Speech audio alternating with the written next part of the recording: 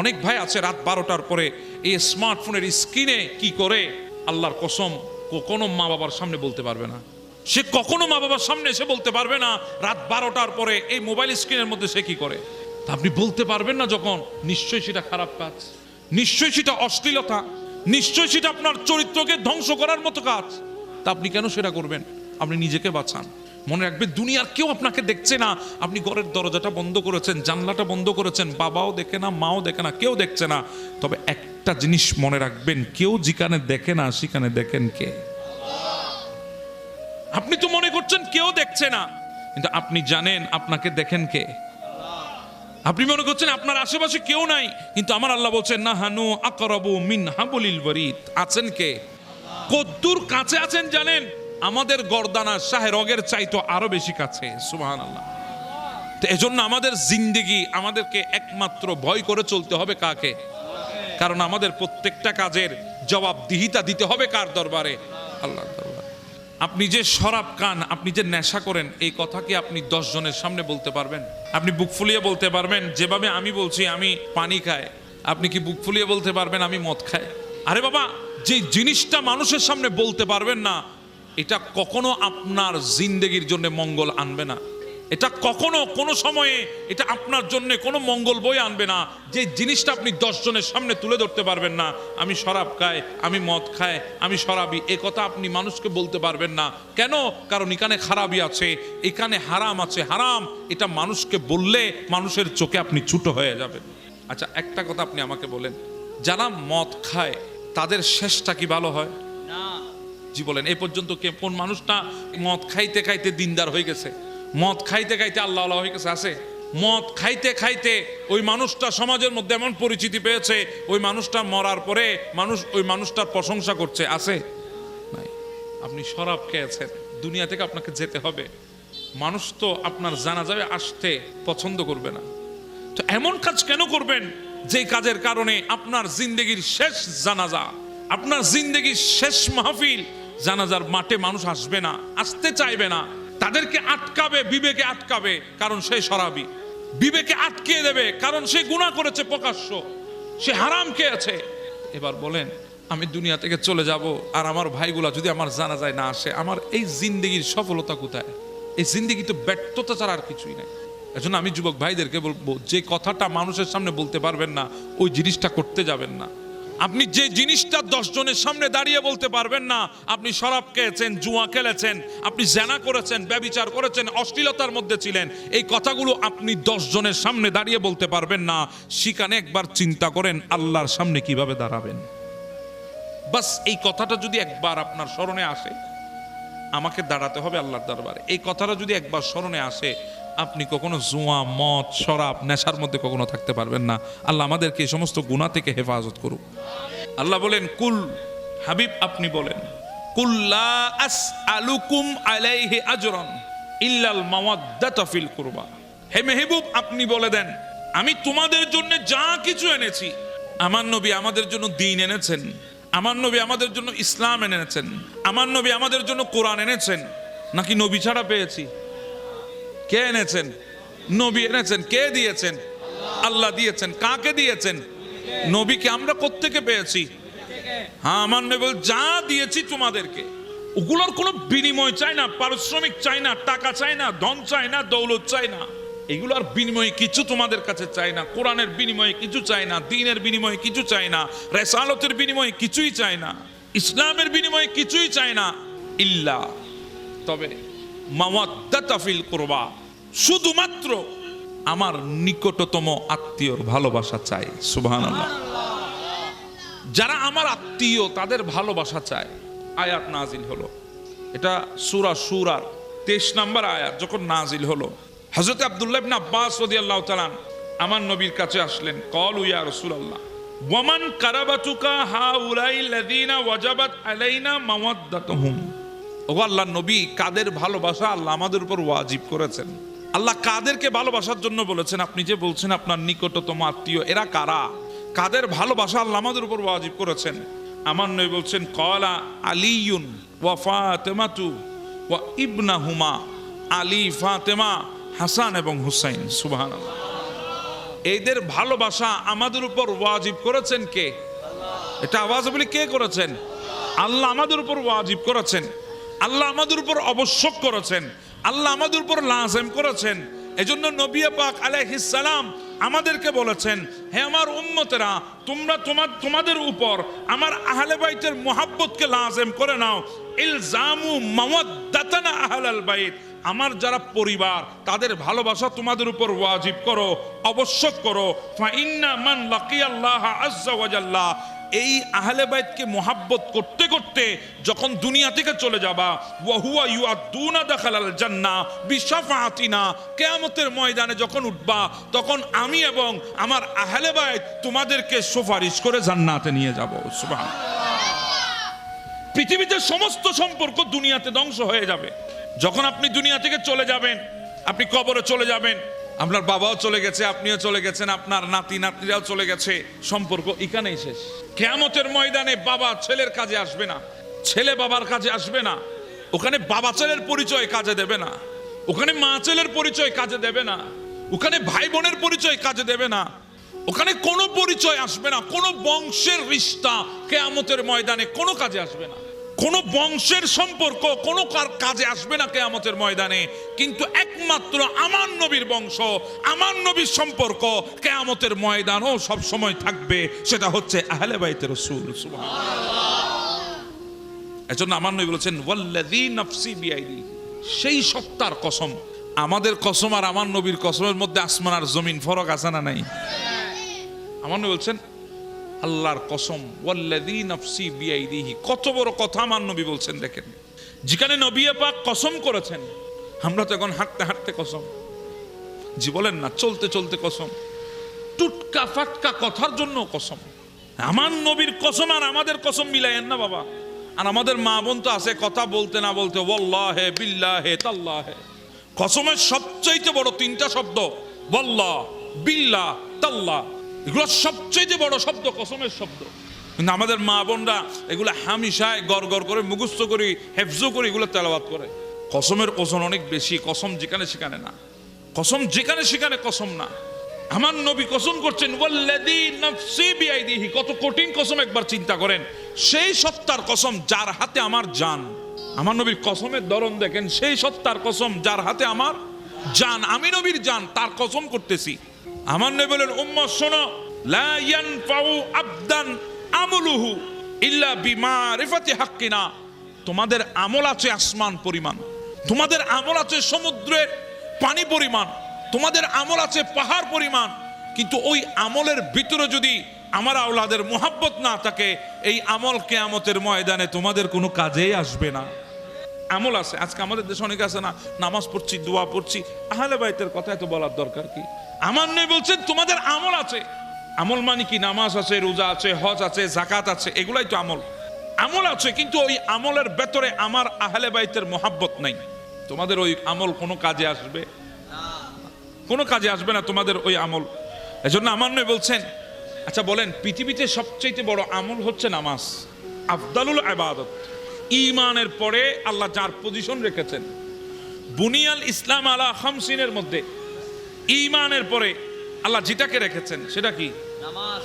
এই নামাজের ভেতরে যদি কেউ একটা শব্দ যদি বাদ দেন, ওয়ালা আলে মুহাম্মদ, অর্থাৎ আমার নবীর যারা আহাল তাদের উপর দরুদ, শুধু একটা শব্দ বাদ দিয়েছেন, আমার নবী বলছেন, মান সাল্লা সালাতান লাম ইউসাল্লি আলাইয়া ফিহা ওয়ালা আহলে বাইত লাম তুকবাল মিনহু, নামাজের ভেতরে যদি একটা শব্দ আমার আওলাদের উপর দরুদ যদি বাদ দিয়ে দাও, তোমাদের নামাজ আল্লাহর দরবারে কবুল হবে না। এবার চিন্তা করেন, প্রত্যেকটা আমলের ভেতরে যদি আহলে বাইতের মুহাব্বত না থাকে, ওই আমল কোনো কাজে আসবে না। আমি বলছি না, আমার নবী বলছেন, দুনিয়া উল্টে যেতে পারে, আমার নবীর কথা মিথ্যা হতে পারে। এবার দেখেন কোথায় কাজে আসবে না। দেখেন, মনে করেন মুলতাজিম হাজরে আসওয়াদ, পেছনে মকামে ইব্রাহিম, এমন একটা জায়গা যেখানে হাত তুললে ওই হাতের গ্যারান্টি আছে, যেখানে হাত তুললে ওই হাতের দুয়ার কি আছে? গ্যারান্টি আছে। একদিকে মুলতাজিম আল্লাহর ঘরের দরজা, আরেকদিকে হচ্ছে হাজরে আসওয়াদ, পেছনে হচ্ছে মকামে ইব্রাহিম। এই মাঝখানের জায়গা আমার নবী বলে তুমি রোজা রেখেছো, ইবাদত করেছো, ওই মাঝখানের জায়গায় দাঁড়িয়েছো, হাত তুলেছো, একবার বলেন কেউ কি বলতে পারবেন দোয়া কবুল হবে না? আরে বাবা কেমনে বলবেন?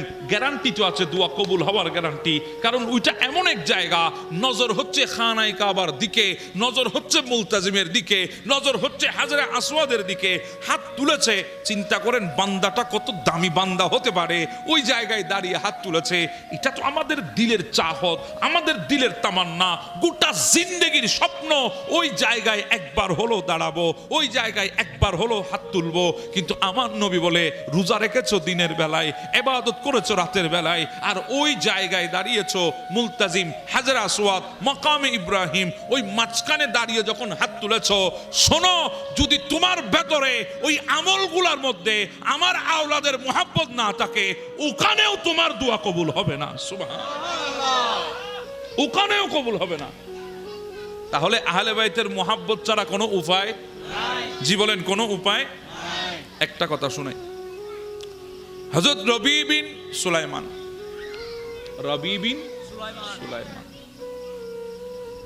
ইনার গোটা জিন্দেগির আশা, ইনি একবার খানায়ে কাবা হজ করতে যাবেন। খেয়ে না খেয়ে পই পই করে টাকা জমিয়েছে, খাইছে না খাইছে এগুলা দেখে নাই, কিন্তু যা পেয়েছে তা থেকে কিছু কিছু জমিয়েছে, শুধু একবার আল্লাহর ঘরে যাবে। একবার কোথায় যাবে? এটা জিন্দেগির আশা, জিন্দেগির। আমাদেরও আশা আছে না নাই? আল্লাহ যদি একবার তৌফিক দিয়ে দাও, আমরাও খানায়ে কাবা দেখবো। আমিন বলেন, একটু জোরে বলেন না আমিন। আরে বাবা, খানায়ে কাবা যেতে নিয়ত ঠিক রাখতে হয়, ইখলাস ঠিক রাখতে হয়। এত কষ্ট না, এত কষ্ট না। আমি এমনও মানুষ দেখেছি টাকা নাই পয়সা নাই কিন্তু খানায়ে কাবা চলে গেছে। আমি এমনও মানুষ দেখেছি টাকাও আছে পয়সা আছে সব আছে, জিন্দেগিতে একবারও খানায়ে কাবা যেতে পারে নাই। আছে না নাই? সব কিছু নির্ভর হচ্ছে এই দিলের উপরে, দিলের দিলের দিলের দিলের ইয়াকিনের উপরে সবকিছু। অসুবিধা হয় আপনাদের?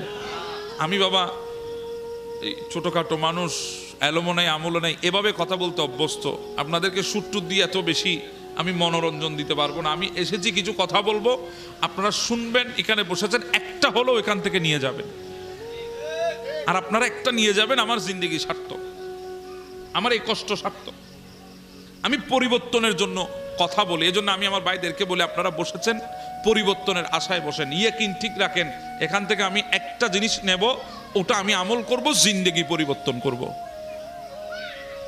কারণ আমাদের সবার গন্তব্য এক জায়গায়, সবার গন্তব্য এক জায়গায়। কোটিপতি বলেন, লাখপতি বলেন, হাজারপতি বলেন, ফকির বলেন, বাচ্চা বলেন, মিসকিন বলেন, সবার গন্তব্য এক জায়গায়। হয়তো সেটা পুকুরের পার হবে, না হয় মসজিদের পাশে হবে, না হয় রাস্তার ধারে হবে, না হয় নদীর কিনারে হবে, না হয় বাঁশবাগানে হবে, না হয় পাহাড়ের চূড়ায় হবে।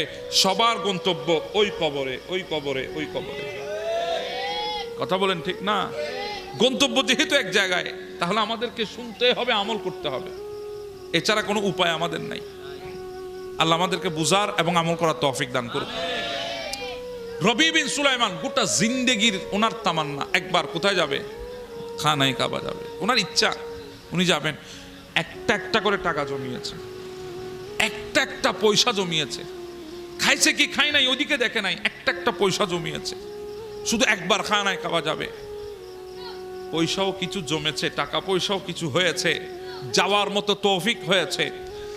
তখন ওই টাকা পয়সাগুলা নিয়ে নিজের ভাইকে দিয়ে বলছে, ভাই আপনি তো হজে যাওয়ার জন্য কাফেলার সমস্ত প্রস্তুতি করেন, আমি এই বছর আপনার সাথে হজে যাব, এই নেন আমার খরচ বাবদ, এগুলো আমি আপনার হাতে তুলে দিলাম। সুবহানাল্লাহ।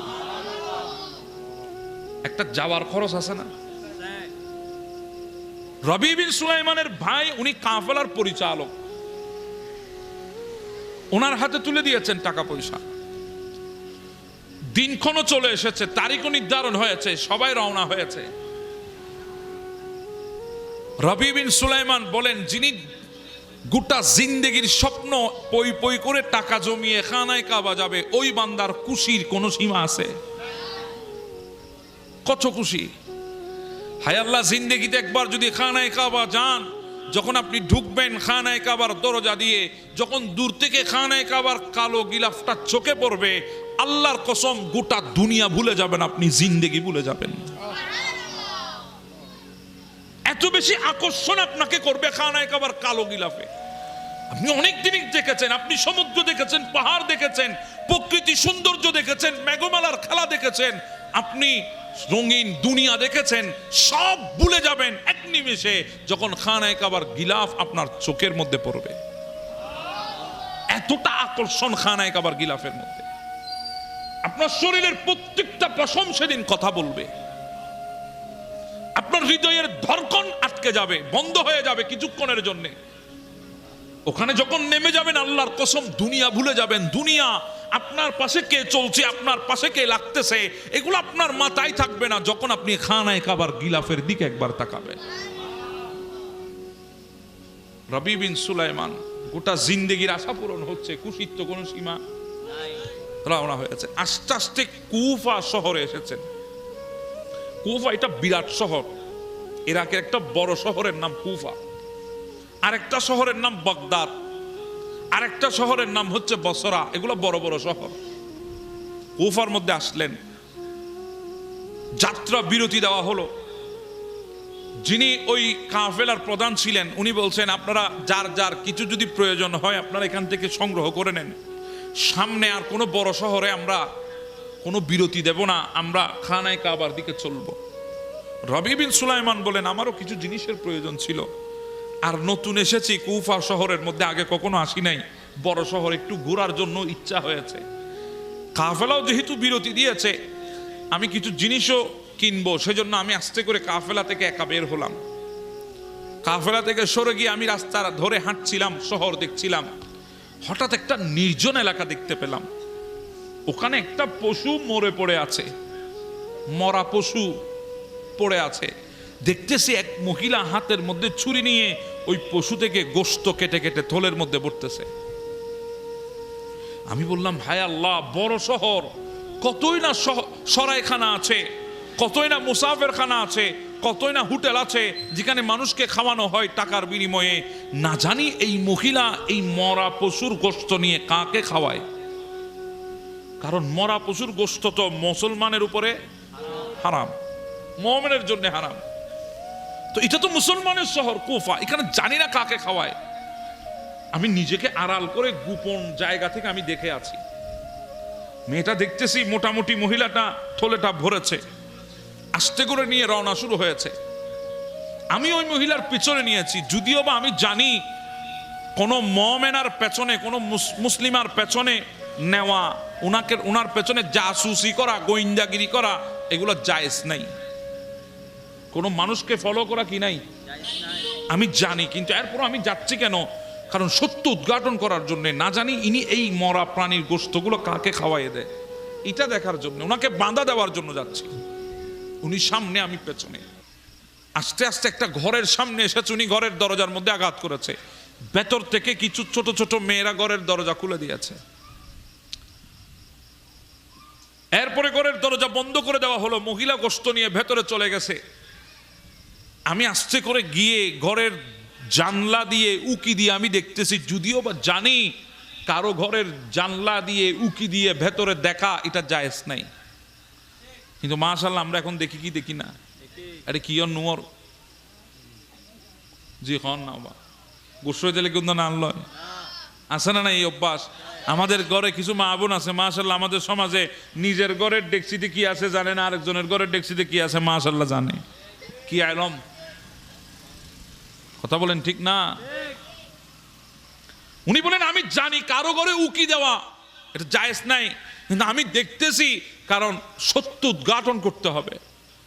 ইনি কি করতেছেন এটা আমাকে দেখতে হবে। এটা মরা প্রাণীর গোশত, এটা হারাম, এটা কিভাবে খাবে, কাকে খাওয়াবে, আমি দেখার জন্য আমি উকি দিয়ে দেখছি। হঠাৎ দেখলাম ওই মহিলা গোশতের প্যাকেটটা, গোশতের থলেটা ওই ঘরের ভেতরে যে মেয়েগুলো আছে ওদেরকে ডেকে বলে, মা নাও তোমাদের জন্য গোশত এনেছি, তোমরা এগুলা রান্না করে খাও। হায় আল্লাহ, আমি রবি, আমি তো অবাক হয়ে গেলাম। মা হয়ে নিজের মেয়েদেরকে মরা প্রাণীর গোশত খাওয়াচ্ছে। আল্লাহ, আমি তাড়াতাড়ি গিয়ে ঘরের দরজায় আঘাত করলাম। ভেতর থেকে আওয়াজ হলো, কে? বলে আমি রবি, আমাকে চেনবেন না, আমি মুসাফির।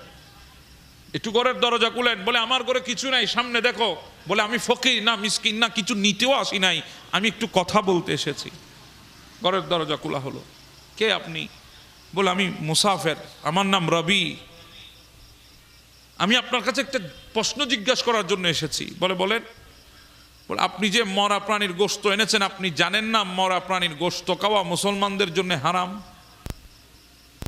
সেখানে আপনি নিজের মেয়েদেরকে মরা প্রাণীর গোশত খাওয়াচ্ছেন। তখন ওই মহিলা ডাক দিয়ে বলে, এই আল্লাহর বান্দা, আমি জানি মরা প্রাণীর গোশত খাওয়া হারাম, কিন্তু আমি নিরুপায়, আমি মজবুর, তকদীরের কাছে আমি হার মেনেছি। আমি না পারতে আমি মরা প্রাণীর গোশত এনেছি, কারণ আমার ঘরে আজকে 4 দিন হয়ে গেছে ঘরের চুলায় আগুন জ্বলে না, আমার মেয়েগুলো না খেয়ে আছে। আমি জানি মরা প্রাণীর গোশত খাওয়া হারাম, আবার এও জানি জিন্দেগি বাঁচানোর জন্যে যদ্দূর গেলে জিন্দেগি বাঁচবে তদ্দূর খাওয়া জায়েজ আছে। আপনি মানুষের কাছে সাহায্য চাইলেই পারেন। বলে রবি, আমার স্বামী একজন ধনাঢ্য ব্যক্তি ছিলেন, আমাদের কোনো অভাব ছিল না, আমাদের সব ছিল, কিন্তু আমার স্বামীটা হঠাৎ করে দুনিয়া থেকে চলে গেছে। আমি মানুষের বাড়িয়ে বাড়িয়ে কাজ করে যা পেতাম সেগুলা দিয়ে আমার সংসার চলাতাম, কিন্তু আজকে বেশ কয়েকদিন হয়ে গেল সেই কাজগুলাও আমি আর পাচ্ছি না। তা আপনি মানুষের কাছ থেকে চেয়ে নেন। বলে রবি, আমি মানুষের কাছে চাইতে পারি না, হাত পাততে পারি না। বলে কেন? বলে রবি, তুমি তো নবী আখিরুজ জামানকে চেনো? বলে হ্যাঁ, কেন চিনবো না, আমার দিলের দিল, আমার জানের জান, আমার প্রাণের প্রাণ, মদিনার সুলতান, কেন চিনবো না, যার জন্য আমার জিন্দেগি ফিদা, অবশ্যই নবী আখিরুজ জামানকে আমি চিনি। বলে আমি হচ্ছি নবী আখিরুজ জামানের আওলাদ। আমার শরীরের মধ্যে নবীর খুনে পাক আছে, আল্লাহ আমাদের জন্য হারাম করেছে সদকা, ফিতরা, যাকাত, এগুলো হারাম করে দিয়েছে। আমরা কারো কাছ থেকে হাত পেতে নিতে পারবো না। কিভাবে যায়? রবি বলে আমি এই কথাটা শুনে আমার হৃদয় কেঁপে উঠেছে। আমি বললাম, মা আপনি রসুলের আওলাদ? বলে হ্যাঁ, আমি রসুলের আওলাদ, আমি সৈয়দ জাদি। বলে মা তাহলে একটু অপেক্ষা করেন, আমি আসতেছি। রবি একটা দৌড় দিলেন আর চোখের পানি ফেলছে আর বলতেছে, হায় আল্লাহ, আমার নবীর আওলাদ না কে আছে মরা প্রাণীর গোশত খাবে, আর রবি টাকা খরচ করে তোমার খানায় কাবা যাবে? না না, এমনটা হতে পারে না। আমি যদি মদিনায় তৈবায় যাই, আমার নবীর রওজায়ে পাকের সামনে দাঁড়ায়, আমার নবী যদি বলে, রবি তুমি টাকা খরচ করে মদিনায় এসেছো, অথচ আমার আওলাদ কুফার জমিনে না খেয়ে মরা প্রাণীর গোশত খাচ্ছে, আমি কি উত্তর দেব? আমি নিজেকে সামলাতে পারবো না। এই কথা আমার নবীর সামনে যদি উঠে, আমি নবীকে চেহারা দেখাতে পারবো না। রবি দৌড় দিলেন ওই কাফেলার, হজের কাফেলার কাছে গিয়ে ভাইকে বলে, ভাই আমার টাকাগুলো আমাকে দিয়ে দাও। কেন রবি? বলে আমি মদিনায় যাব না, আমি মক্কা যাব না, আমি হজে যাব না। বলে কেন? তোমার না জিন্দেগির তামান্না ছিল খানায় কাবা যাবা? বলে হ্যাঁ, জিন্দেগির তামান্না ছিল, আজকে আমার তামান্না পরিবর্তন হয়েছে, আমাকে টাকা দাও। বলে কেন দিব? তোমার নিয়ত পরিবর্তন কেন হলো? আশেপাশের মানুষগুলা টানা দেওয়া শুরু করেছে। বলে রবি বড় শহরে এসেছে কুফায়, না জানি কোনো মেয়ের ফাঁদে পড়ে নিজের নিয়তকে পাল্টিয়ে নিয়েছে, নিজের ইয়াকিনকে পাল্টিয়েছে, আশা পরিবর্তন করেছে, জিন্দেগির তামান্না পরিবর্তন করেছে। রবি বলে, দুনিয়া আমাকে টানা দাও, এগুলো আমার কিছু আসে যায় না, আমাকে অপবাদ দাও, এগুলো আমার কিছু আসে যায় না, আমাকে টাকার প্রয়োজন, আমাকে টাকা দাও। তখন ভাই আর কি করবে? যখন যাবে না, টাকা ফেরত দিয়ে দিয়েছে। ওই টাকাগুলো নিয়ে রবি দৌড় দিলেন বাজারে, কিছু সদাই করেছেন, মুদির দোকানের সদাই, কিছু কাঁচামাল কিনেছেন, কিছু কাপড় কিনেছেন, কিছু ময়দা আটা নিয়েছেন, ওগুলার ভেতরে বাকি টাকাগুলা ঢুকায় দিয়ে বিরাট একটা গাঁঠি বেঁধে গাঁঠিগুলা নিজের পিঠের উপর উঠায় নিয়ে আলে রসুলের দরবারে চলে আসলেন। ওই ঘরের মধ্যে এসে আঘাত করলো, ভেতর থেকে আওয়াজ হলো, কে? বলে মা আমি রবি এসেছি। বলে রবি তুমি চলে যাও, বারবার এভাবে যদি আসো আশেপাশের মানুষ আমাদের ইজ্জত নিয়ে কথা তুলবে, ওই ইজ্জতটা ছাড়া তো আর কিছুই নাই, রবি চলে যাও। বলে মা জিন্দেগিতে আর আসবো না, আখেরি আশা একটু দরজাটা খুলেন। দরজা খুলে দেওয়া হলো। রবি গাঠটিগুলো রাখলেন। ভেতর থেকে আলে রসুলের ছোট্ট ছোট্ট মেয়েগুলো দৌড়ে আসলো। বলে রবি এগুলা কি এনেছো? বলে মা আপনাদের জন্য দিয়ে এনেছি। আল্লাহর বাস্তে মরা প্রাণীর গোশত খাবেন না, ওগুলা ফেলে দেন, আমি আপনাদের জন্য সব নিয়ে এসেছি, বাজার সদাই করে এনেছি। ওই ছোট্ট আলে রসুলের মেয়েগুলা ওই গাঠটিগুলা খুলতেছে। একটার মধ্যে কিছু মুদির দোকানের সদাই, আরেকটার মধ্যে কাঁচা বাজার, আরেকটার মধ্যে কাপড়, আরেকটার মধ্যে আটা ময়দা। ওগুলা দেখে যখন ভেতরে হাত দেয়, দেখে কিছু টাকা। বলে এগুলা কেন? বলে মা যদি এগুলা শেষ হয় এগুলা দিয়ে চলবেন। রবি আমাদের জন্য এনেছো? বলে হ্যাঁ আপনাদের জন্য এনেছি। আলে রসুল আমার চোখের সামনে মরা প্রাণীর গোশত খাবে, আমি সহ্য করতে পারবো না, এজন্য নিয়ে এসেছি। ওই ছোট্ট ছোট্ট আলে রসুলের 3টা মেয়ে বলে মা ওগুলার দিকে পরে হাত দেব, আগে আল্লাহর দরবারে রবির জন্য হাত তুলবো। একজন হাত তুলেছে, তুলে বলে আল্লাহ তোমার নবীর আওলাদকে মোহাব্বত দেখিয়েছে রবি, হজে যাওয়ার জন্য এসেছে কুফায়, যাই নাই নবীর আওলাদকে মোহাব্বত দেখাতে গিয়ে, আল্লাহ তুমি রবির হজকে কবুল করে নাও।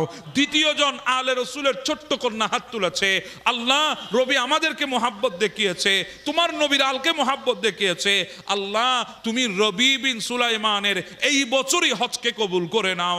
আরেকজন হাত তুলেছে, আল্লাহ রবি আলে রসুলকে মোহাব্বত দেখিয়েছে, আল্লাহ শুধু আজকে এই বছর না, রবি বিন সুলাইমানের হজ তুমি শুধু এই বছর কবুল করবা এমনটা না, কিয়ামত পর্যন্ত রবি বিন সুলাইমানের হজকে তুমি কবুল করতে থাকো। আলে রসুলের দোয়া যখন হয়েছে, রবি বলে আমার চোখ দিয়ে পানি চলে এসেছে, আমি দোয়া নিয়েছি, দোয়া নিয়ে ওখান থেকে বিদায় নিয়ে চলে আসলাম। এসে চিন্তা করতেছি নিজের গ্রামে যদি ফেরত যায় মানুষ তো আমাকে মন্দ কথা বলবে, হজে না গিয়ে আমি অন্যদিকে চলে গেছি, এখন আর নিজের গ্রামে ফেরত যাব না, আমি কুফার জমিনে নিজের জিন্দেগি ব্যয় করব। সুবহানাল্লাহ। যতক্ষণ কাফেলা আসবে না হজ থেকে আমি কুফার জমিনে থাকব। হজের কাফেলা আসলে আমি তাদের সাথে বাড়িতে যাব। রবি কুফার জামে মসজিদের খাদেমের দায়িত্ব নিয়েছেন। খাদেমের দায়িত্ব নিয়ে রবি বিন সুলাইমান সেখানে খেদমত করতেছেন। যা পায় সেগুলো দিয়ে রিজিক নির্বাহ করে, এভাবে দিন যায়।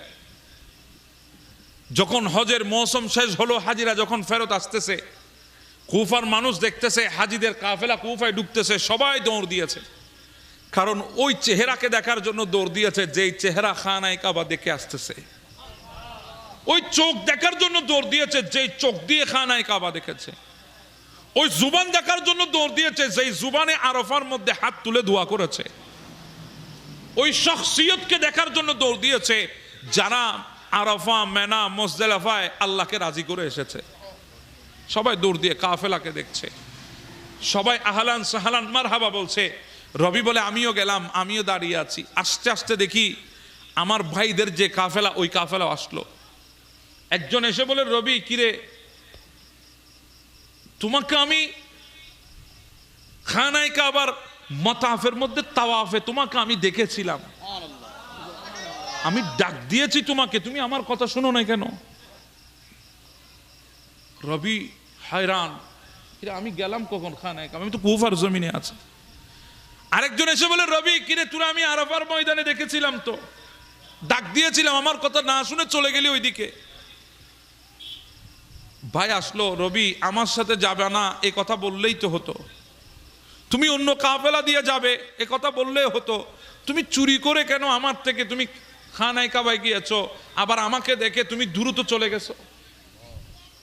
আমি তোমাকে মেনা মুজদালিফায় দেখেছিলাম। রবি তো হয়রান হয়ে তাকিয়ে আছে, অবাক। এক বিরাট রহস্যের সমুদ্রের মধ্যে পতিত হয়েছে, কিনারা তো পাচ্ছে না। আমি তো কুফায়, এরা বলে আমাকে আরাফায় দেখেছে, এরা বলে আমাকে মক্কায় দেখেছে খানায়ে কাবায়, এরা বলে আমাকে মেনা মুজদালিফায় দেখেছে। হয়রান। আরেকজন এসেছে, একদম সব শেষ করে দিয়েছে। আরেকজন এসে বলে রবি ধর তোর ডালা তুই নে। একটা ডালা নিয়ে এসে বলে তোর ডালা তুই নে। বলে আমার ডালা? বলে হ্যাঁ, তুমি যখন নবীকে বাবু সালাম দিয়ে ঢুকে নবীর রওজাকে সালাম দিয়ে যখন বের হয়েছো, আমি ওখানে দাঁড়ানো ছিলাম, তুমি আমাকে বলেছো ভাই আমার ডালাটা রাখো, আমি একটু আসতেছি, এই কথা বলে যে গেলা, আর তো আসলা না। তোমার এই আমানতটা আমি বহন করতে করতে আমি শেষ। নাও তোমার আমানত তুমি নাও ভাই, আমি আর পারবো না। রবি হয়রান, কাউকে কিছু বলে না, চলে গেলেন, রাত হয়েছে, ঘুমের বিছানায় পড়েছে। এক বিরাট হেকমতের সাগরের মধ্যে ডুবে আছে রবি, এখান থেকে কিভাবে বের হবে কিছুই বুঝতেছে না। কিরে আমি তো কুফার জমিনে, কিন্তু কেউ বলছে খানায় কাবায় দেখেছে, কেউ বলছে আরফায় দেখেছে, কেউ মেনা মুজদালিফায় দেখেছে বলছে, আবার কেউ রসুলের রওজা সালাম দিয়ে আসার পথে দেখেছে বলছে। এগুলো তো কিছুই বুঝতেছি না। হয়রান হয়ে গেলেন, নিস্তব্ধ হয়ে গেলেন, শুয়ে পড়লেন, চোখে ঘুম আসলো। হঠাৎ দেখতেছে ঘুমের মধ্যে আমার নবী তশরিফ এনেছেন।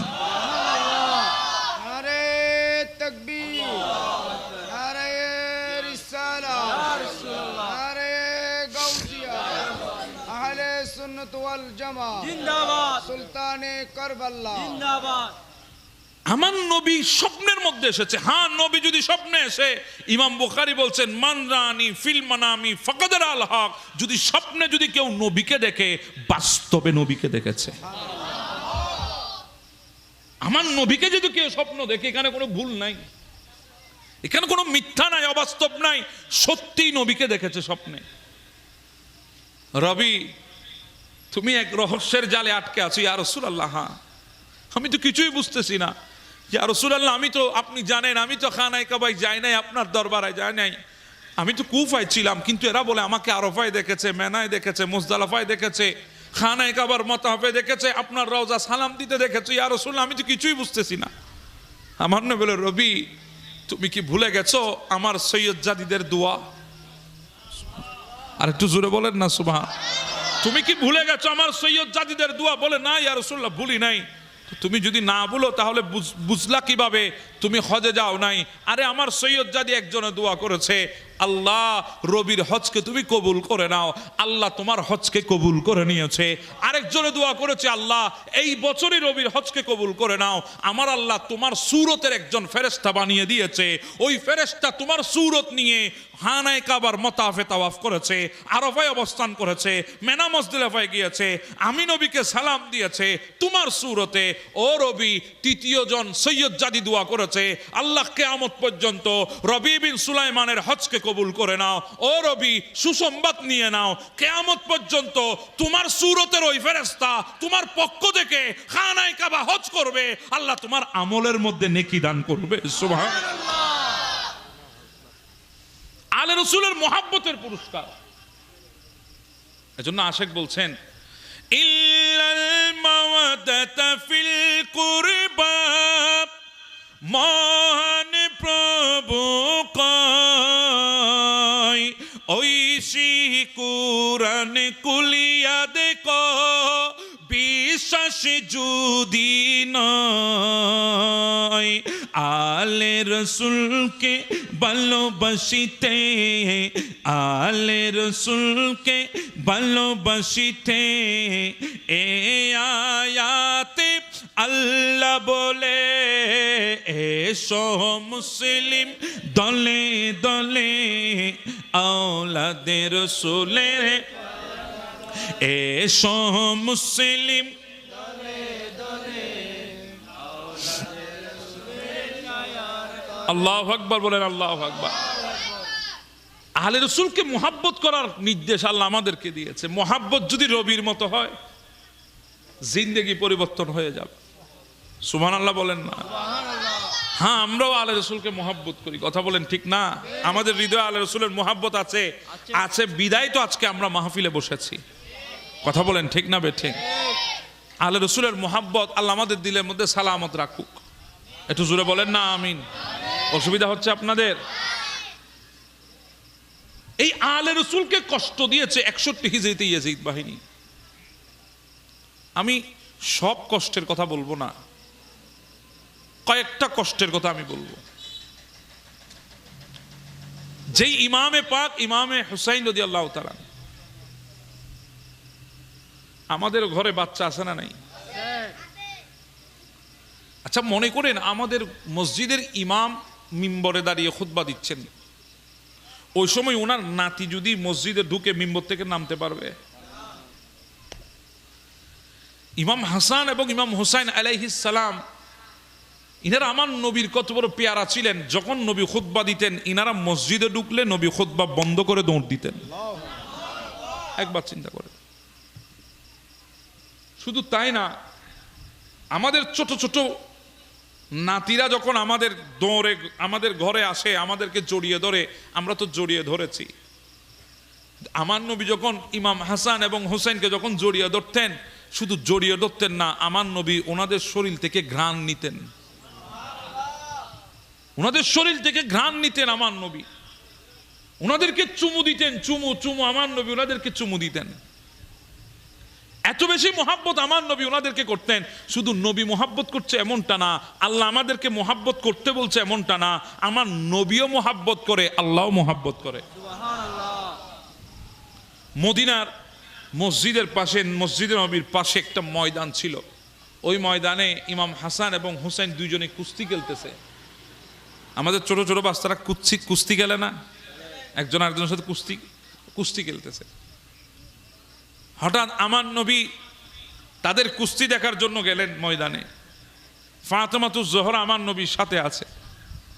দাঁড়িয়ে দাঁড়িয়ে আমার নবী এবং ফাতেমাতুজ জোহরা ওনারা দুজন ইমাম হাসান এবং হুসেনের কুস্তি খেলা দেখতেছেন, চুপ করে দাঁড়িয়ে আছেন, দুইজনে কুস্তি খেলতেছে। কিছুক্ষণ পরে হঠাৎ করে আমার নবী বলে, হাসান তুমি হুসেনকে এভাবে ধরো, তুমি হুসেনকে এভাবে ধরো। ফাতেমাতুজ জোহরা বলে, ইয়া রাসূলুল্লাহ, হুসেন ছোট, হাসান বড়, যদি পক্ষে নিতে হয় ছোটটার পক্ষে নিবেন, আপনি বড়ের পক্ষ কেন নিয়েছেন? বলে, ও ফাতেমা, তুমি এতক্ষণ দেখো না আমি দাঁড়িয়েছিলাম, দেখছিলাম কুস্তি, কিছু বলছিলাম না। হঠাৎ করে যখন দেখতেছি জমিনে দাঁড়িয়ে আমি আর তুমি তাদের কুস্তি দেখতেছি না, আরশের উপরে রব তাদের কুস্তি দেখতেছে। যখন আমার আল্লাহ ডাক দিয়ে বলে, জিবরিল যা হুসাইনকে গিয়ে কুস্তির কৌশল শিখাইয়ে দেয়। সুবহানাল্লাহ। জিবরিল যা হুসাইনকে গিয়ে কুস্তির কৌশল শিখাইয়ে দেয়। যখন জিবরিল এসে হুসাইনের পক্ষে চলে গেছে, আমি হাসানের পক্ষে চলে গেছি। সুবহানাল্লাহ। ইনাদেরকে এত মোহাব্বত আমার নবী করতেন। এবার চিন্তা করেন ইনাদেরকে ইয়েজিদ কি করেছে। কিতাবের মধ্যে আসতেছে, যখন 10 মুহররম 61 হিজরি ইমামে আলী মকাম ইমাম হোসেনকে যখন শহীদ করা হলো। আচ্ছা বলেন, একটা জালেম রাষ্ট্র, সে রাষ্ট্রের মধ্যে কোনো মানুষ নামাজ পড়তেছে, সিজদায় গিয়েছে, সে বিধর্মী হোক কাফের হোক, তার দিলে কি সাই দেবে ওই বান্দাকে সিজদার মধ্যে আঘাত করতে, গুলি চালাতে? সাই দেবে? কোনো বিধর্মীর কথা বলছি, সাই দেবে?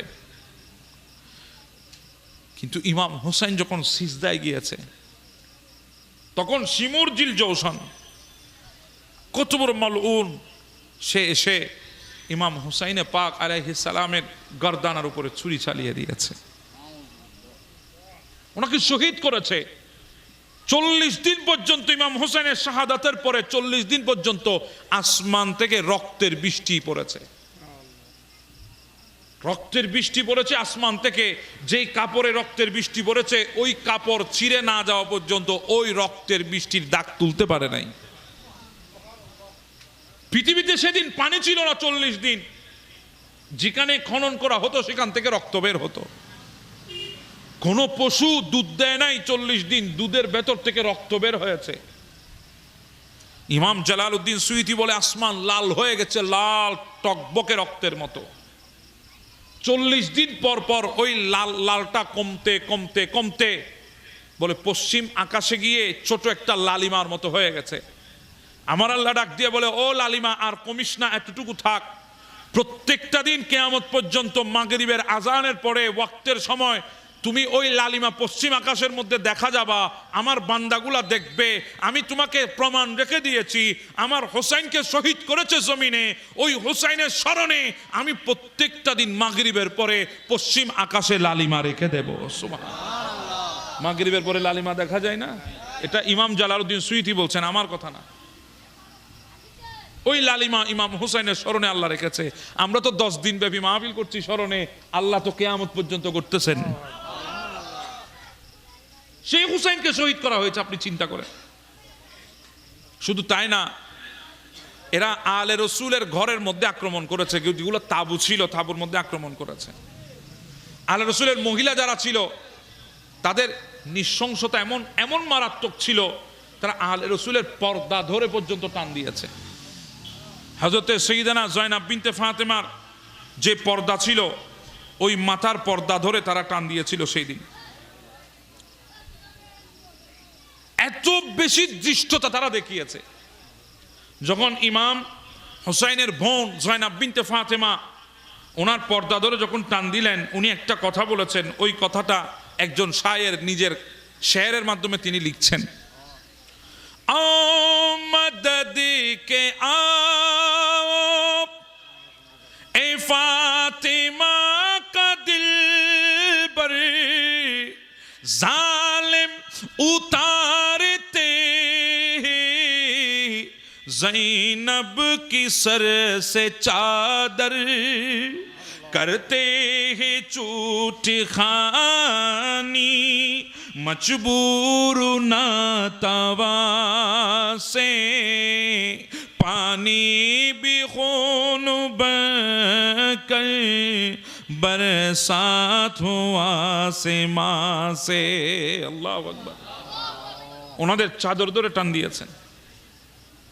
ওরা 10 তারিখ কারবালায় ছিল, তারা উট পাকিয়েছে,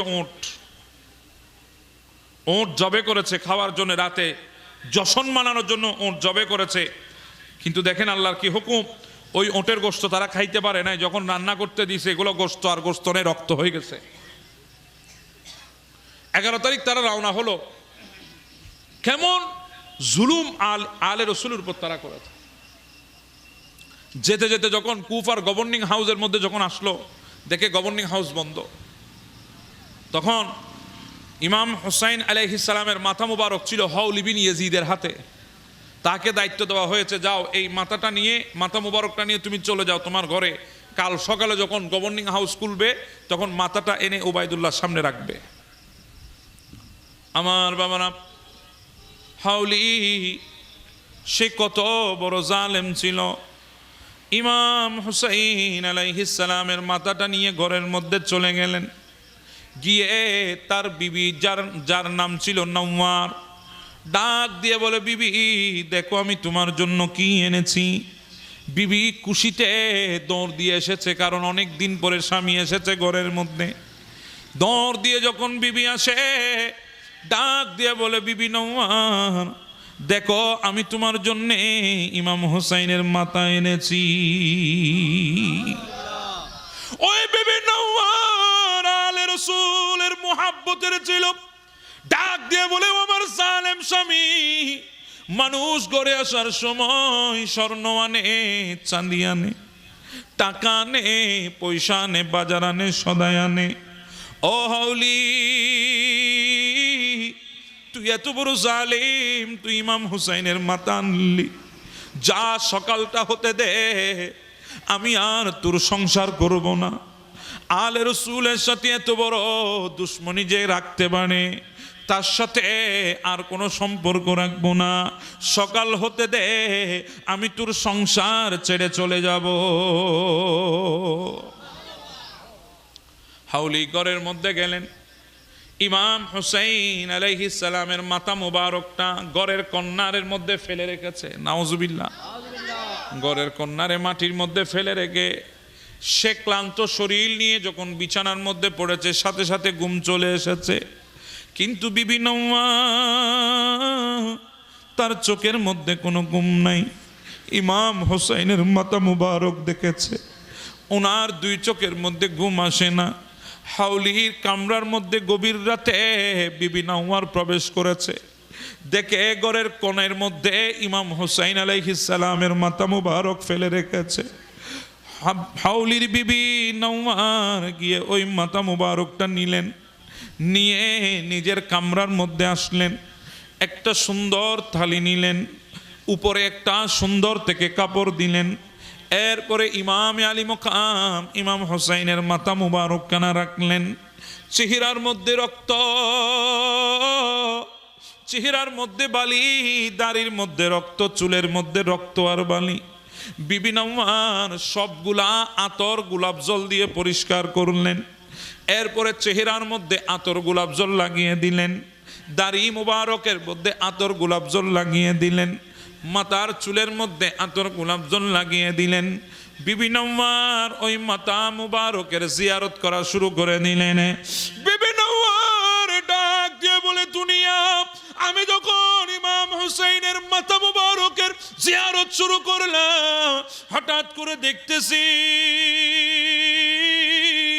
আসমান থেকে একটা বাতি নামতে নামতে নামতে নামতে ইমাম হুসাইনের মাথা বরাবর এসে থেমে গেছে। ওই বাতিটা এমন বাতি ছিল, গোটা ঘর আলোকিত হয়ে গেছে, এমন ভাবে চারিদিকে আলো ছড়িয়েছে। কিছুক্ষণ পরে দেখি ছোট ছোট কিছু পাখি আমার ঘরের মধ্যে প্রবেশ করেছে। ইমাম হোসাইনের মাথা মুবারকের চারপাশের মধ্যে ঘোরা আরম্ভ করেছে। হঠাৎ করে কিছুক্ষণ পরে দেখতেছি একটা পাখি ইমাম হোসাইনের মুখের সামনে গিয়ে বসলো, জুবান খুলে ডাক দে, হুসাইন আমার দিকে তাকাও, দেখো আমি কে। হুসাইন কিভাবে পেরেছ কারবালার ময়দানে ইয়েজিদের এত জুলুমের মধ্যে নানা জানের ইসলামকে জিন্দা করে দিতে? হুসাইন কিভাবে পেরেছ নিজের জিন্দেগির বিনিময়ে দিনকে প্রতিষ্ঠিত করে দিতে? হুসাইন চোখ খুলে দেখো আমি কে, আমি তোমার ভাই ইমাম হাসান। বিবি নওয়ার বলে আমি অবাক হয়ে তাকিয়ে আছি। কিছুক্ষণ পরে হঠাৎ করে দেখি আরেকটা পাখি এসে ইমাম হুসাইনের সামনে বরাবর বসেছে। ডাক দিয়ে বলে, হুসাইন চোখ খুলো না, আমাকে দেখো না। আমি জানতাম তুমি কারবালার ময়দানে কুফার জমিনে শহীদ হবা, এই জন্য আমি অনেক আগে কুফার জমিনে চলে এসেছি। আমি কুফার জমিনে শাহাদত বরণ করে জমিনের মধ্যে শুয়ে আছি। তুমি হুসাইন যখন কুফার জমিনে দাফন হবে, আমি তোমাকে বুকের মধ্যে নিয়ে কিয়ামত পর্যন্ত ঘুমিয়ে থাকব। আমি তোমার বাবা মাওলা আলী শেরে খুদা। বিবি নওয়ার বলে, দুনিয়া আমি দেখে আছি আজীব কাণ্ড। হঠাৎ করে দেখে আরেকটা পাখি ঢুকে, ওই পাখিও ইমাম হুসাইনের মাথা মুবারকের সামনে গিয়ে বসে। ডাক দিয়ে বলে, হুসাইন তুমি কিভাবে পেরেছ আমার নবীর দিনকে জিন্দা করে দিতে? হুসাইন দুনিয়াতে সমস্ত সম্পদ টাকা পয়সা দিয়ে হলেও মায়ের বুকের দুধের ঋণ শোধ করা যায় না, নিজের শরীরের চামড়া দিয়ে হলেও শোধ করা যায় না। আমি তোমার মা ফাতেমাতুজ জোহরা বলছি, তুমি আমার দুধের ঋণ শোধ করে দিয়েছ। ও আমার বেটা, তুমি আমার দুধের ঋণ শোধ করেছ। আমি তোমার মা ফাতেমা। হুসাইন চক্ষু খুলে দাও, একটু আমাকে মা বলে ডাক দাও। বিবি নওয়ার ডাক দিয়ে বলে, আজীব কাণ্ড আমি দেখতেছি। হঠাৎ করে দেখি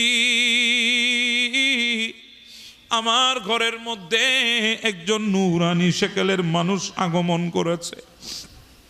ওনার দাড়ির মধ্যে রক্ত, ওনার মাথার পাগড়ির মধ্যেও রক্ত, শরীরের মধ্যে রক্ত জমে আছে। ডাক দিয়ে বলে, হুসাইন চক্ষু খুলে দাও। হুসাইন তুমি রাগ করেছ, আমার সাথে চোখ খুলো না। হুসাইন দেখো আমি তোমার ওয়াদা রেখেছি। হুসাইন তোমাকে যখন আমি কারবালার কথা শোনাইছিলাম, তুমি আমাকে বলেছিলা আমি কারবালার ময়দানে শহীদ হতে রাজি আছি যদি আপনি আমার চোখের সামনে থাকেন। ও হুসাইন তোমার গলার উপরে যখন শিমুর তলোয়ার চালায়, তুমি কি দেখো নাই আমি তোমার সামনে দাঁড়িয়েছিলাম, তুমি আমার দিকে তাকিয়েছিলা, কিন্তু আমি তোমার দিকে তাকাতে পারি নাই, আমার নজর জমিনের দিকে ছিল। ও হুসাইন তাকিয়ে দেখো, আমি তোমার নানা রাসূলুল্লাহ বলছি, আমি মদিনা থেকে চলে এসেছি। ও হুসাইন তুমি যখন কারবালাতে না নানা নানা বলে যখন গড়াগড়ি করেছ, আমি তোমার মাথাটা বুকের সাথে নিয়ে হুসাইন হুসাইন বলে গড়াগড়ি করেছি কারবালাতে। হুসাইন তাকিয়ে দেখো না, একটা রক্তের ফোঁটাও আমি কারবালাতে রাখি নাই, সবগুলো আমার শরীরের মধ্যে উঠাই নিয়েছি। এইভাবে কিয়ামত পর্যন্ত রওজার মধ্যে থাকবো, আর কিয়ামতের ময়দানে উঠে বলবো, আল্লাহ আমার হুসাইনের রক্তের বিচার চায়, আমার হুসাইনের রক্তের বিচার চায়। এ কথা বলে বলে আমার কোটি কোটি জাহান্নামী উম্মতকে জান্নাতে নিয়ে যাব।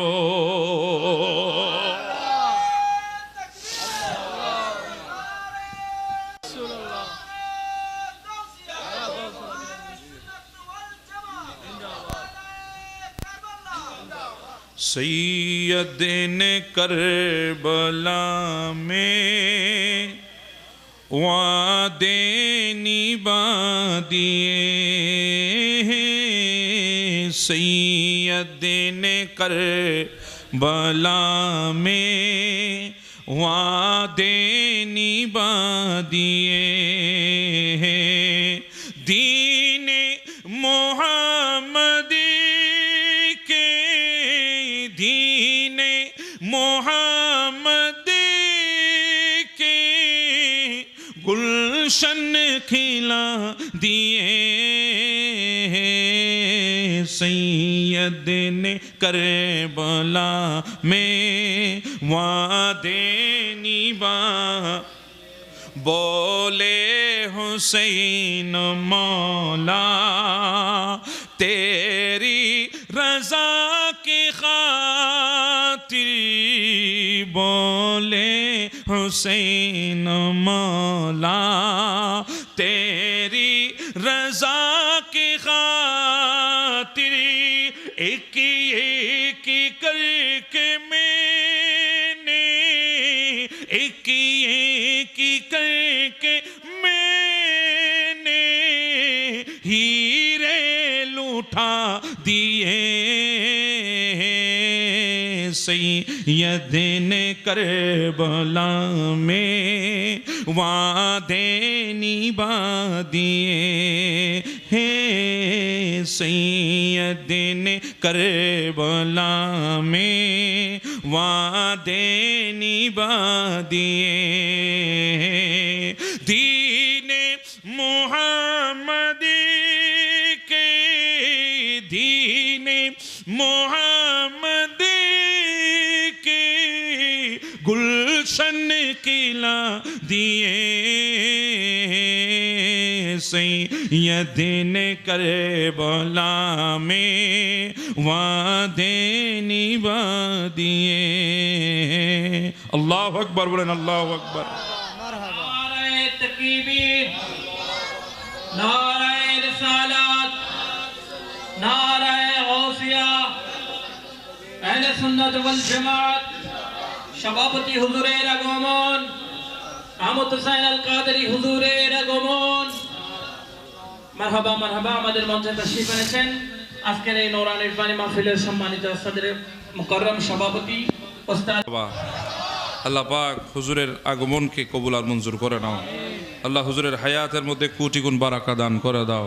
আল্লাহ হুজুরকে শেফায়ে আজলা কামেলা নসিব করে দাও। হুজুর আমাদের মাথার উপর ছায়া হয়ে আরও দীর্ঘায়ী আমরা চাই কি চাই না? আল্লাহ হুজুর কিবলার হায়াতের মধ্যে কোটি কোটি গুণ বারাকা দান করুন। আমরা আজকে কথা বলছি ময়দানে, আমাদের সাহস, আমাদের হওসলা, আমাদের সব হচ্ছে হুজুররা। হুজুরদের কদমের সদকায় কথা বলি। আল্লাহ পাক হুজুরদের কদমে থাকার তৌফিক দান করো। তো বলছিলাম, এত বড় মর্মান্তিক দুর্ঘটনা কারবালার জমিনে ইয়াজিদ ঘটিয়েছে। এমন নরপিচাসের মতো সাধারণ মানুষকেও সাধারণ মানুষ কখনো কতল করে নাই, যতটুকু নৃশংসতা দেখিয়েছে ইয়াজিদ কারবালার ময়দানে। শুধু এতটুকু যদি শেষ হয়ে যেত তাহলে বুঝতাম হয়তো একটা অ্যাক্সিডেন্ট হয়েছে। না, এতটুকু শেষ হয় নাই। পরিকল্পিত আলে রসুলের উপরে তারা নৃশংসতা চালিয়েছে, পরিকল্পিত। শাহাদাতের পরেও ইমাম হুসাইন আলাইহিস সালামের সর মুবারকের সাথে পর্যন্ত সে দৃষ্টতা দেখিয়েছে, বেয়াদবি করেছে। এজন্য আমি আপনাদেরকে বলি, ইমামে আলী মাকাম শহীদ হয়েছেন টাকার জন্যেও নয়, পয়সার জন্যও নয়, ক্ষমতার জন্যেও নয়, মসনদের জন্যেও নয়, একটা কারণে, সেটা হচ্ছে দ্বীন ইসলামের পতাকা উড্ডীন করার জন্যে। আমরা আজকে দ্বীন পেয়েছি বাংলার জমিনে, আপনারা এই চন্দনাইশের জমিনে আজকে দ্বীন পেয়েছেন, ধর্ম পেয়েছেন, কালিমা পেয়েছেন, এগুলো ইমাম হোসাইনের রক্তের বিনিময়ে। যদি সেদিন ইমামে আলী মাকাম যদি শাহাদাত বরণ না করতেন, হয়তো এই দ্বীন আর দ্বীন থাকতো না। ইয়েজিদের কালো থাবাতে দ্বীন অনেক আগে দাফন হয়ে যেত। এই জন্য ডক্টর আল্লামা ইকবাল বলেছেন, ইসলাম জিন্দা হোতা হে হর কারবাল্লা কি বাত। কারবাল্লার পরে ইসলাম জিন্দেগি পেয়েছে, আমরা সেই ইসলাম পেয়েছি। এবার আমাকে একটা কথা বলেন আপনারা, আমরা সেই ইসলাম পেয়ে আমরা কি করছি? আমরা দ্বীন পেয়ে আজকে আমরা কি করছি? ইমাম হোসেন রক্ত দিয়েছেন শরাবি ইয়েজিদ থেকে দ্বীন বাঁচানোর জন্যে, কিন্তু আমরা ইমাম হোসেনের দিওয়ানা কথা বলে আমরা নিজেরাই শরাবি হয়ে গেছি। আমরা আজকে মাদকাসক্ত হয়ে গেছি, আমরা আজকে মাদকের মধ্যে আছি, মাদকের মধ্যে ডুবে আছি। আজকে আমরা জুয়ার মধ্যে ডুবে আছি। আমাদের অনেক ভাইয়েরা এখানে আছে যারা মোবাইলের মধ্যে আজকে জুয়া খেলছে, আছে না নাই? আচ্ছা, বিভিন্ন খেলার নামে তারা বাজি ধরছে মোবাইলের মধ্যে। এবার আমি একটা কথা আপনাকে বলি, আপনি মদ পান করছেন, আপনি শরাব খাচ্ছেন, আপনি নেশা করছেন, সব ঠিক আছে। আপনি যে শরাব খান, আপনি যে নেশা করেন, এই কথা কি আপনি 10 জনের সামনে বলতে পারবেন? জি বলেন, পারবেন? আপনি বুক ফুলিয়ে বলতে পারবেন? যেভাবে আমি বলছি আমি পানি খাই, আপনি কি বুক ফুলিয়ে বলতে পারবেন আমি মদ খাই? জি বলেন, পারবেন? আমি যেভাবে বুক ফুলিয়ে বলতে পারবো আমি খাবার খাই, আপনি কি বুক ফুলিয়ে বলতে পারবেন আপনি নেশাদ্রব্য খান? আরে বাবা, যে জিনিসটা মানুষের সামনে বলতে পারবেন না, এটা কখনো আপনার জিন্দেগির জন্য মঙ্গল আনবে না। এটা কখনো কোনো সময়ে এটা আপনার জন্য কোনো মঙ্গল বই আনবে না। যে জিনিসটা আপনি 10 জনের সামনে তুলে ধরতে পারবেন না, আমি শরাব খাই, আমি মদ খাই, আমি শরাবি, এ কথা আপনি মানুষকে বলতে পারবেন না। কেন? কারণ এখানে খারাপই আছে, এখানে হারাম আছে। হারাম এটা মানুষকে বললে মানুষের চোখে আপনি ছোট হয়ে যাবেন। আচ্ছা, একটা কথা আপনি আমাকে বলেন, যারা মদ খায় তাদের শেষটা কি ভালো হয়? না। জি বলেন, এই পর্যন্ত কোন মানুষটা মদ খাইতে খাইতে দিনদার হয়ে গেছে? মদ খাইতে খাইতে আল্লাহ হয়ে গেছে? আছে? নাই। মদ খাইতে খাইতে ওই মানুষটা সমাজের মধ্যে এমন পরিচিতি পেয়েছে, ওই মানুষটা মরার পরে মানুষ ওই মানুষটার প্রশংসা করছে, আছে? নাই। আপনি শরাব খেয়েছেন, দুনিয়া থেকে আপনাকে যেতে হবে, মানুষ তো আপনার জানাজায় আসতে পছন্দ করবে না। তো এমন কাজ কেন করবেন যে কাজের কারণে আপনার জিন্দেগির শেষ জানাজা, আপনার জিন্দেগির শেষ মাহফিল, জানাজার মাঠে মানুষ আসবে না, আসতে চাইবে না, তাদেরকে আটকাবে, বিবেকে আটকাবে, কারণ সে শরাবী। কথা বলেন ঠিক না বে ঠিক? বিবেকে আটকে দেবে, কারণ সে গুনাহ করেছে প্রকাশ্য, সে হারাম খেয়েছে। এবার বলেন, আমি দুনিয়া থেকে চলে যাব আর আমার ভাইগুলা যদি আমার জানাজায় না আসে, আমার এই জিন্দেগির সফলতা কোথায়? এই জিন্দেগি তো ব্যর্থতা ছাড়া আর কিছুই নাই। এজন্য আমি যুবক ভাইদেরকে বলবো, যে কথাটা মানুষের সামনে বলতে পারবেন না ওই জিনিসটা করতে যাবেন না। অনেক ভাই আছে রাত 12টার পরে এই স্মার্টফোনের স্ক্রিনে কি করে, আল্লাহর কসম কখনো মা বাবার সামনে বলতে পারবে না। সে কখনো মা বাবার সামনে এসে বলতে পারবে না রাত 12টার পরে এই মোবাইল স্ক্রিনের মধ্যে সে কি করে, বলতে পারবে না।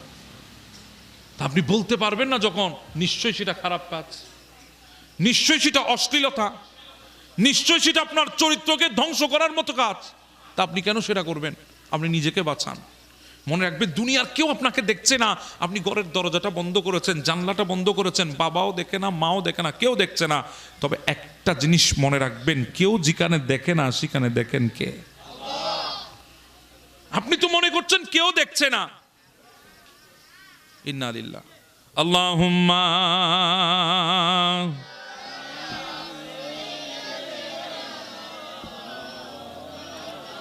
মুহাম্মাদ ওয়া আলা আলিহি।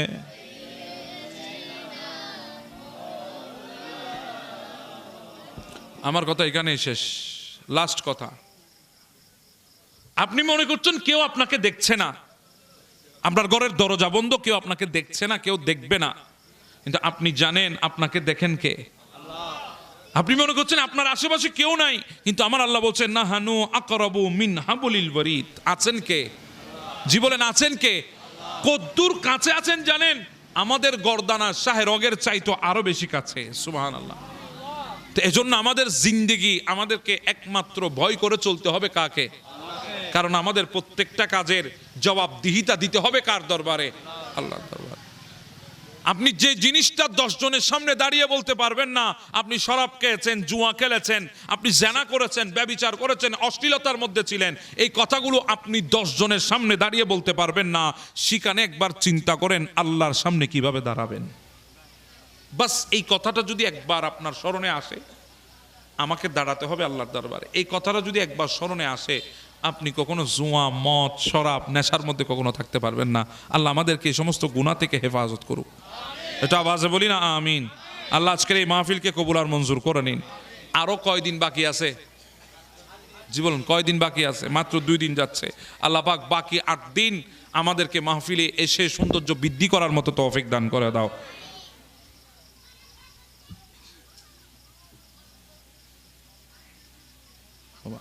আজকে আর না, হুজুর আসছে এখানে, আর না, আর কথা বলবো না। হুজুর চলে এসেছেন।